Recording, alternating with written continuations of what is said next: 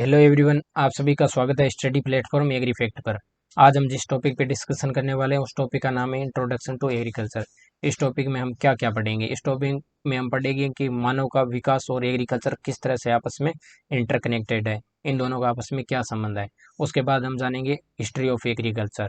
उसके बाद हम डोमेस्टिकेशन पे बात करेंगे और अपना अंतिम हेडिंग रहेगा एग्रीकल्चर की डेफिनेशन और एग्रीकल्चर टर्म क्या होती है। तो चलिए स्टार्ट करते हैं topic introduction to agriculture. Human evolution and agriculture, इन दोनों का आपस में क्या संबंध है? आज से लगभग 15 लाख साल पूर्व जो मानव है, मानव जैसा दिखने वाला पहला प्राणी जिसे हम होमो इरेक्टस बोलते हैं, इस धरती पे उत्पन्न हुआ था। ये सीधा खड़ा होकर चलने वाला पहला प्राणी था। इसी वजह से इसको होमो इरेक्टस बोलता है। होमो का मतलब होता है मानव और इरेक्टस का मतलब होता है सीधा, सीधा खड़ा होकर चलना। होमो इरेक्टस इसका मतलब क्या हो गया? पहला सीधा खड़ा होकर चलने वाला मानव जैसा प्राणी, होमो इरेक्टस। इसे क्या बोलते हैं? अर्लीस्ट मैन बोलते हैं। और ये सीधा खड़ा होकर चलने वाला पहला प्राणी था इस धरती पे। इसी होमो इरेक्टस ने लगभग आज से 5 लाख साल पूर्व अपने आप को इस कैपेबल बनाया कि ये आग को, जो फायर थी, उसको यूज करना और कंट्रोल करना इसने सीख लिया था। यूज और कंट्रोल करना सीख लिया था आग को लगभग 5 लाख साल पूर्व। किसने? होमो इरेक्टस ने। तो अब बात करते हैं आज के मॉडर्न मैन की। मॉडर्न मैन की उत्पत्ति आज से लगभग 35,000 साल पूर्व अफ्रीका के जंगलों से मानी जाती है और वहीं से ये पूरी धरती पे इसका विस्तार हुआ था। अफ्रीका के जंगलों से लगभग 35,000 साल पूर्व मानी जाती है। आज का जो मॉडर्न मैन है और इसके जो एंसेस्टर थे उससे किस तरह से अलग है ये मॉडर्न मैन अपने एंसेस्टर से किस बात में अलग है? तो आप इस चीज को समझिए। इसका जो ब्रेन साइज था, ब्रेन साइज वो अपने एंसेस्टर से लार्ज था। और इसकी जो टिथ थे वो स्मॉल थे अपने एंसेस्टर से। इसकी जो चिन चिन शेप में थी, इसकी सही शेप में चिन थी। ये बातें इसको अपने एंसेस्टर से अलग बनाती है। इसी के साथ इसने टूल मेकिंग कैपेसिटी, या आप इसे स्किल भी बोल दो, स्किल डेवलप कर ली थी। टूल मेकिंग कैपेसिटी और स्किल डेवलप कर ली थी जो ये हंटिंग के लिए यूज करता था। हंटिंग के लिए यूज करता था। इसी के साथ इसने हंटिंग के लिए डॉग डॉग का डोमेस्टिकेशन कर लिया था। डॉग का डोमेस्टिकेशन किया आज से लगभग 15,000 साल पूर्व। डॉग का डोमेस्टिकेशन किया जो इनकी शिकार में हेल्प करता था, जो इनकी हंटिंग में हेल्प करता था, हंटिंग में हेल्प करता था। और जो ये मॉडर्न मैन है इसका साइंटिफिक नाम होता है होमो सेपियंस। सेपियंस। इस सेपियंस और सेपियंस का क्या मतलब होता है? होमो का मतलब वुमन हो गया और सेपियंस का मतलब क्या होता है? इसका मतलब होता है कंटिन्यूस लर्निंग हैबिट। इस मॉडर्न मैन में एक ये भी खास बात थी कि इसमें कंटिन्यूस लर्निंग हैबिट या लर्निंग स्किल डेवलप हो गई थी। तो चलिए इस स्लाइड में हमने क्या क्या जाना। आज से 15 लाख साल पूर्व होमो इरेक्टस, जिसे अर्लीस्ट मैन बोलते हैं, उसकी उत्पत्ति इस धरती पे हुई। और आज से लगभग 5 लाख साल पूर्व उसने अप होमो इरेक्टस ने अपने आप को आग को यूज करने और कंट्रोल करने के कैपेबल बनाया। और आज से लगभग 35,000 ईयर को 35,000 साल पूर्व मॉडर्न मैन की उत्पत्ति कहाँ से हुई? अफ्रीका के जंगलों से हुई। इस मॉडर्न मैन अपने एंसेस्टर से किस बात में अलग था? ये इसका जो ब्रेन साइज था वो लार्ज था, इसके स्मॉल टीथ थे और इसकी जो चिन थी वो शेप में थी। इसके साथ इसने टूल मेकिंग कैपेसिटी डेवलप कर ली थी जो इसका हंटिंग में हेल्प करती थी। इसके साथ इसने डॉग का डोमेस्टिकेशन कर लिया था आज से लगभग 15,000 साल पूर्व जो इनकी हंटिंग में हेल्प करता था। और इसका साइंटिफिक नाम होता है होमो सेपियंस। और इस सेपियंस और सेपियंस का मतलब होता है कंटिन्यूस लर्निंग हैबिट या कंटिन्यूस लर्निंग स्किल, जो इस मॉडर्न मैन को सबसे स्पेशल बनाती है। चलिए अब नेक्स्ट स्लाइड पे चलते हैं। History of agriculture. History of agriculture, इसमें क्या क्या महत्वपूर्ण इवेंट हुए इस बात को अपन इस स्लाइड में समझेंगे।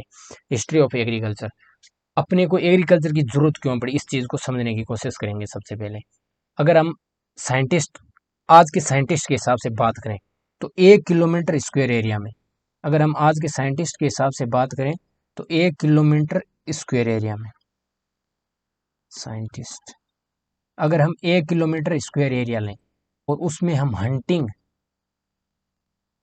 और गैदरिंग,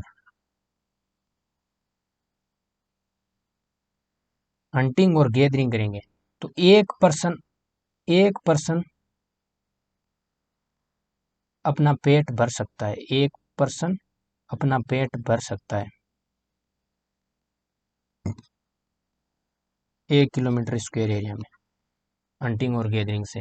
गैदरिंग का मतलब जैसे फ्रूट हो गया और सीड, फ्रूट और सीड का क्या करना, कलेक्शन करना, इसे बोलते हैं गैदरिंग। यदि हम पास्चोरल, पास्चोरल की बात करें, पास्चोरल का मतलब क्या होता है, कीपिंग और ग्रेजिंग ऑफ शिप एंड गोट, गोट और शिप की कीपिंग और ग्रेजिंग करना, मतलब उनको पालना, मानव के द्वारा उनका पालन करना। तो अगर हम पास्चोरल लाइफ की बात करें, पास्चोरल लाइफ की बात करें तो इस हिसाब से 1 किलोमीटर स्क्वायर एरिया में 3 आदमी, 3 पर्सन अपना पेट भर सकते हैं। उनसे जो प्राप्त होने वाला मीट हो गया, मीट, मिल्क, उससे 3 आदमी 1 किलोमीटर स्क्वायर एरिया में अपना पेट भर सकते हैं। और अगर हम एग्रीकल्चर की बात करें तो एग्रीकल्चर में 1 किलोमीटर स्क्वायर एरिया में लगभग 100 पर्सन अपना पेट भर सकते हैं, मतलब अपना खाना पूर्ति हो सकता है उनका। 1 किलोमीटर स्क्वायर एरिया में 100 पर्सन का खाना पूर्ति हो सकता है एग्रीकल्चर के साथ। शायद इसी वजह से इस एग्रीकल्चर की जरूरत पड़ी मानव को, क्योंकि मानव धीरे धीरे क्या होने लग गया था, सोशलाइज होने लग गया था। आज से लगभग 10,000 बीसी पूर्व, 10,000 बीसी पूर्व मानव सोशलाइज होने लग गया था। इसी वजह से उसको एग्रीकल्चर की जरूरत पड़ी, सोसाइटी बना के रहने लग गया था वो। तो इस स्लाइड में अपने क्या क्या बात की, साइंटिस्ट के हिसाब से 1 किलोमीटर स्क्वायर एरिया में अगर हंटिंग और गैदरिंग करेंगे तो 1 पर्सन अपना पेट भर सकता है।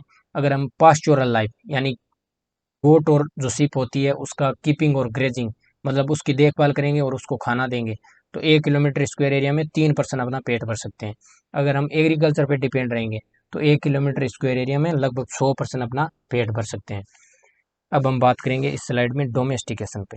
डोमेस्टिकेशन क्या होता है, डोमेस्टिकेशन होता है जब अपन मानव वाइल्ड एनिमल और प्लांट की जब देखभाल मानव करने लग जाता है तो उसको बोलते हैं डोमेस्टिकेशन। मानव के द्वारा वाइल्ड एनिमल और प्लांट की देखभाल करना डोमेस्टिकेशन कहलाता है। ह्यूमन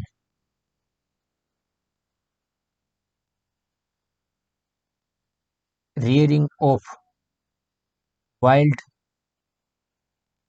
एनिमल और प्लांट, वाइल्ड एनिमल और प्लांट की मानव के द्वारा देखभाल करना क्या कहलाता है, डोमेस्टिकेशन कहलाता है। मानव अब किस वाइल्ड एनिमल और प्लांट की देखभाल करेगा, जो उसके इंटरेस्ट के हिसाब से हो, जिससे उसको कुछ फायदा मिले, उसी वाइल्ड एनिमल और प्लांट का मानव क्या करेगा, डोमेस्टिकेशन करेगा या उसकी देखभाल करेगा। इंटरेस्ट के हिसाब से होना चाहिए मानव के, उसी की देखभाल करेगा।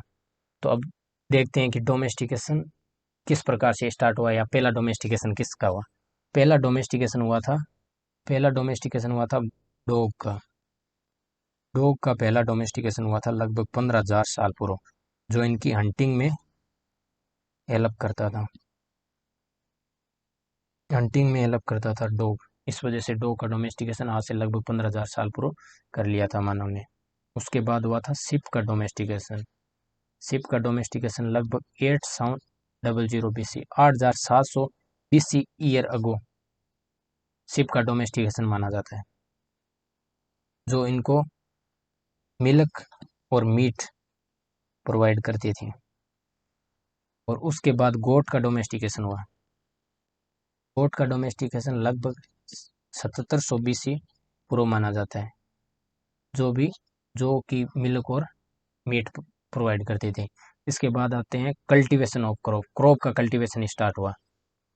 कल्टीवेशन ऑफ क्रॉप्स एग्रीकल्चर में आज से लगभग 7500 BC पूर्व व्हाइट और बार्ले का डोमेस्टिकेशन होना स्टार्ट हुआ, मतलब इनकी खेती होनी स्टार्ट हुई थी। और इसके बाद जो इम्पोर्टेंट इवेंट हुए उनके बारे में भी आप जान लीजिए हिस्ट्री ऑफ एग्रीकल्चर में। उसके बाद सबसे महत्वपूर्ण जो इवेंट हुआ था वो व्हील इन्वेंट हुआ था। कितने साल पूर्व? 3400 BC अगो, 34 BC ईयर अगो व्हील का इन्वेंट हुआ था, मतलब व्हील यूज में आया था। उसके बाद अपने प्लाऊ जो यूज में आया था वो लगभग 2900 BC पूर्व यूज में आया था। इसके बाद जो इम्पोर्टेंट इवेंट हुआ इसको सबसे महत्वपूर्ण मानूंगा मैं, क्योंकि आयरन ने पूरी तरह से अपनी खेती करने का जो तरीका था, खेती करने का जो स्टाइल था उसको पूरी तरह से बदल के रख दिया। आयरन का इन्वेंट लगभग 1400 BC पूर्व हुआ था। अब नेक्स्ट स्लाइड पे चलते हैं। इस स्लाइड में अपने क्या क्या बात की? इस स्लाइड पे हमने डोमेस्टिकेशन पे बात की, जिसका मतलब होता है मानव के द्वारा वाइल्ड एनिमल और प्लांट का रियरिंग करना और या देखभाल करना। सबसे पहले डॉग का डोमेस्टिकेशन हुआ था आज से लगभग 15,000 साल पूर्व, जो हंटिंग में उनकी मदद करता था। उसके बाद शिप और गोट का हुआ था, जो मिल्क और मीट के लिए किया था मानव ने। उसके बाद क्रॉप में व्हाइट और बार्ले का हुआ था। उसके बाद महत्वपूर्ण इवेंट हुए थे 3। व्हील का लगभग इन्वेंट हुआ था लगभग 3400 BC पूर्व। उसके बाद प्लाऊ हुआ था और उसके बाद आयरन हुआ था। एग्रीकल्चर, अब इस स्लाइड में हम समझेंगे एग्रीकल्चर टर्म क्या होती है। पहले आप एग्रीकल्चर टर्म को जानिए। एग्रीकल्चर, ये जो टर्म है ये दो लैटिन भाषा के दो वर्ड से मिलकर बनी है। लैटिन वर्ड अगर और एग्री, और दूसरी टर्म है कल्चरा। अगर और एग्री का मतलब होता है सोयल, और ये जो कल्चरा वर्ड है इसका मतलब होता है कल्टीवेशन।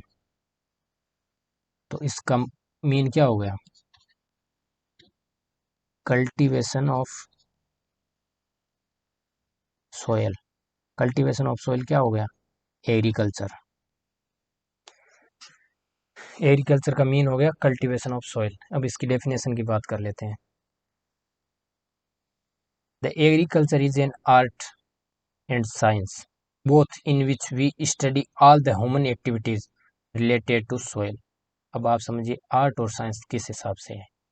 आर्ट क्या होती है? आर्ट का मतलब होता है कोई भी जो मानव ह्यूमन की क्रिएटिव एक्टिविटी होती है उसको बोलते हैं आर्ट।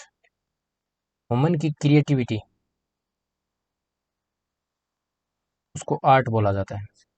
और साइंस का मतलब होता है कि जो स्पेसिफिक नॉलेज होता है किसी भी चीज को लेके, जो स्पेसिफिक नॉलेज होता है उसको बोलते हैं साइंस। तो अब एग्रीकल्चर किस हिसाब से आर्ट और साइंस है, इसको आप एक एग्जाम्पल के माध्यम से समझिए। जैसे अपने को कोई वेराइटी है, उसकी वेराइटी को डेवलप करना है, तो वेराइटी को डेवलप करने में अपन क्या कर सकते हैं? उसका या तो हाइब्रिड बना सकते हैं या म्यूटेशन कर सकते हैं। कुछ भी जो प्रोडक्शन टेक्नोलॉजी है उसको उसकी यील्ड बढ़ाने के लिए वो यूज कर सकते हैं। तो वो जो प्रोडक्शन टेक्नोलॉजी क्या हो गया? स्पेसिफिक नॉलेज हो गया। प्रोडक्शन टेक्नोलॉजी ये स्पेसिफिक नॉलेज हो गया उस क्रॉप को लेके। उसकी यील्ड बढ़ाने के लिए अपन जो उसमें हाइब्रिडाइजेशन करते हैं या कुछ भी नया जीन उसके अंदर डेवलप करते हैं या कुछ भी करते हैं, वो हो गया प्रोडक्शन टेक्नोलॉजी, और वो साइंस से संबंधित हो गया। अब यही जो वैरायटी डेवलप की है ये अपन दो किसानों को दे देते हैं। तो वो किसान जब अपने खेत में इन वैरायटीज को उगाएगा तो एक किसान जिसका यील्ड ज़्यादा है और एक किसान का यील्ड कम है। तो ये ऐसा क्यों हुआ? ऐसा उस वुमन की क्रिएटिविटी या हैंडलिंग करने के तरीके के कारण हुआ कि उसने उस वैरायटी को किस तरह से हैंडल किया, किस तरह से उसको इरिगेट किया, उसकी वजह से वो क्या हो गया, उसकी यील्ड में अंतर आ गया। तो इस प्रकार से ये आर्ट और साइंस क्यों होती है, ये आपको समझ में आ गई होगी बात। अब हम बात करते हैं ह्यूमन एक्टिविटीज़। क्या कौन कौन सी ह्यूमन एक्टिविटीज़ होती है जो सोइल में इससे संबंधित? एक ह्यूमन एक्टिविटीज़ होगी आपके क्रॉप का प्रोडक्शन, लाइव स्टॉक की देखभाल करना या रियरिंग, फिशरीज और पोल्ट्री का प्रोडक्शन करना। ये सब इसी सॉइल पे होगी जो ह्यूमन के द्वारा की जाएगी। ह्यूमन के द्वारा की जाने वाली एक्टिविटीज जो सॉइल पे होती है, crop production, live stock rearing, fisheries और पोल्ट्री। तो इस तरह से ये डेफिनेशन कंप्लीट होती है अपनी। Thank you everyone. अंत तक जुड़े रहने के लिए आप सभी का बहुत बहुत धन्यवाद। अगर ये जानकारी आपको अच्छी लगी तो आप अपने दोस्तों के साथ शेयर कीजिए। मिलते हैं नेक्स्ट वीडियो में।